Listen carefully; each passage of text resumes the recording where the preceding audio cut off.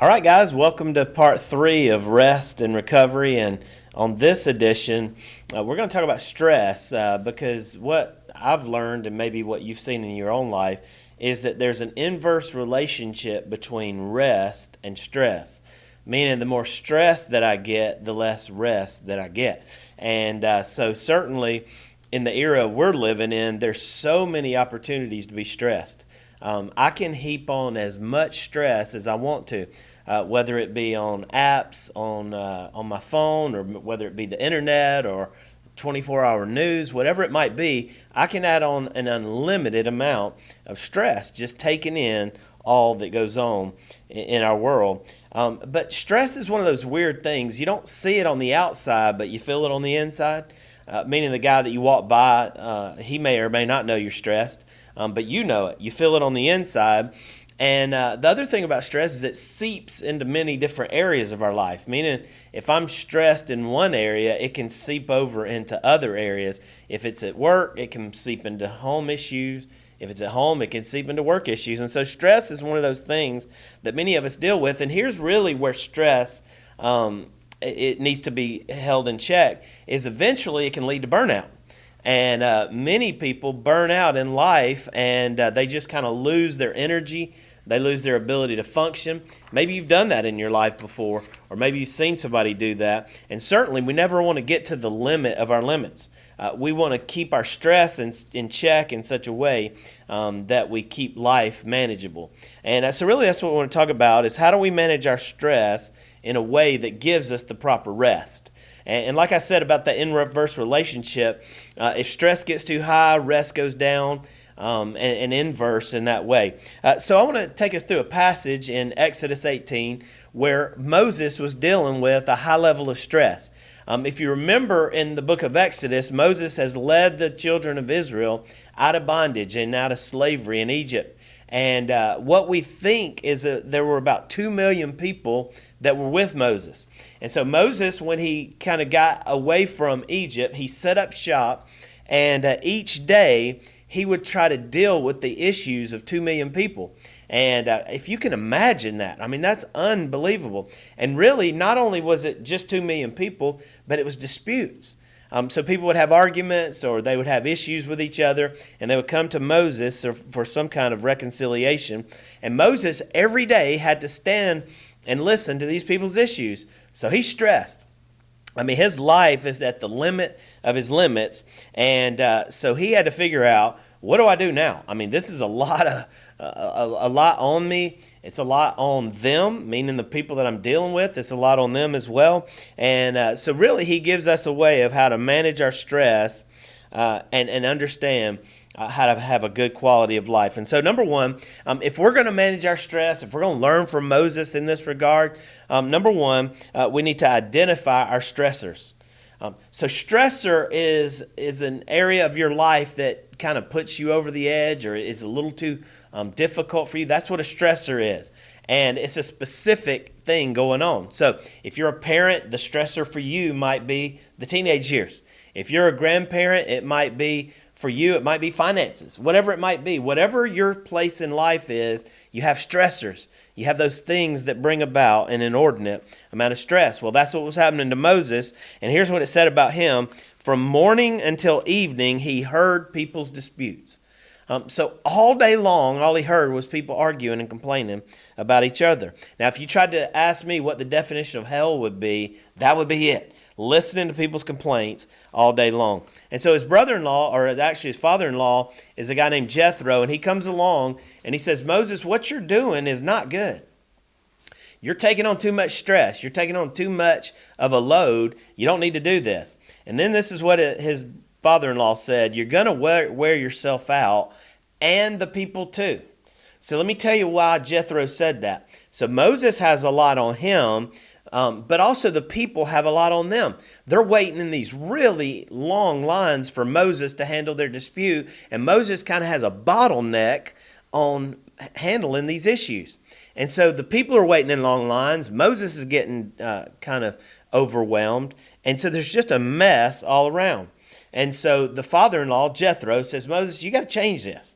You need to understand your stressors. You need to understand your limits. And so Jethro asked Moses to take a look at his life. And so that's what we're wanting to do today for a few moments is what are some of your stressors? What are some of the things that just kind of pile up on you and add to your stress? And identify those. Write those down if you would. Just right where you're at. Write down your top 5 stressors just so you know what they are. Number 2 on your outline, if you'll notice, it says we need to create breathing room where possible. One of the challenges for our era is creating breathing room. And when I say breathing room, you may ask, well, what do you mean by that? I just mean a space or gap or margin in life. You see, some of us are so busy or we're so overloaded that we don't have any margin or space. And for many of us, it hurts our life. It harms our relationships. It harms our mental stability. And so Moses had to find out how to do this. And so really what he did, he created a structure based on his priorities. And what you'll notice in this passage is he set up a structure for other people to hear these issues going on with people of Israel. And he set up kind of a leadership structure. And so that other people could hear these disputes and figure them out. And it wasn't just Moses. So we don't just need to manage our time. We also need to manage our stress. And that would be an encouragement for you today. Whatever stressors you have in life, is there a way that you can create breathing room? Is there a way that you can take some of that off of you so that you can ultimately find the rest that God wants for you? So 4 questions to write down, and these are just my questions to you. And these will help as you try to find some space. Here it is. What should I cut out? What should I stop doing? The second one is this. What should I add? What's something that you could add into your life that it would actually help in the area of stress? And an answer to this might be more recreation or more free time or whatever it is. But first of all, what should I cut out of my life? Number 2, what should I add to my life? Number 3, what should I do less of? What are some things that you do that you might should do less of because they had so much stress? And so that might be something for you to consider. And then finally this, what should I do more of? And if you're a Christian, your spiritual disciplines come into play here. From the area of prayer to Bible study to meditation, whatever it might be for you, adding some of those in can ultimately help with our stress. D.L. Moody said this, I'd rather find 100 men to do the work rather than do the work of 100 men. And so for many of us Christians, we have to decide, there's so much we could do. There's so many people we could influence. There's so many opportunities for to represent Christ and to represent who He is. And yet there comes that point where maybe we're a little too heavy in our life, and we need to decide what are my priorities. So that's number 2. Number 3, finally, we need to live in the peace that sustains. You see, what we're talking about today is critical. Because if we're overstressed and we're not getting our rest, then we're not finding peace. And there's so many people that walk around in life without peace. And part of it is a choice that they're making to overstress their life. As a matter of fact, it says this in verse 23. He says, the father-in-law, you will be able to endure the pressure. Meaning if you figure this out, if you begin to manage your stress, you're going to be able to endure the pressure. And then finally, the father-in-law says this, people will go home in peace. And so Moses discovered that he wasn't the only person that could handle the world. He didn't have to have the whole world on his shoulders, that there were other people that would help him. So let me close with saying this. If we can get organized horizontally in life, then we also can have a bigger impact vertically. Meaning, in my personal life, if I can find that peace, if I can find that rest that God can provide, it helps me have a bigger impact vertically. And again, these are important issues for all of us. If you're a mom today, it's important that you're at rest and you're at peace.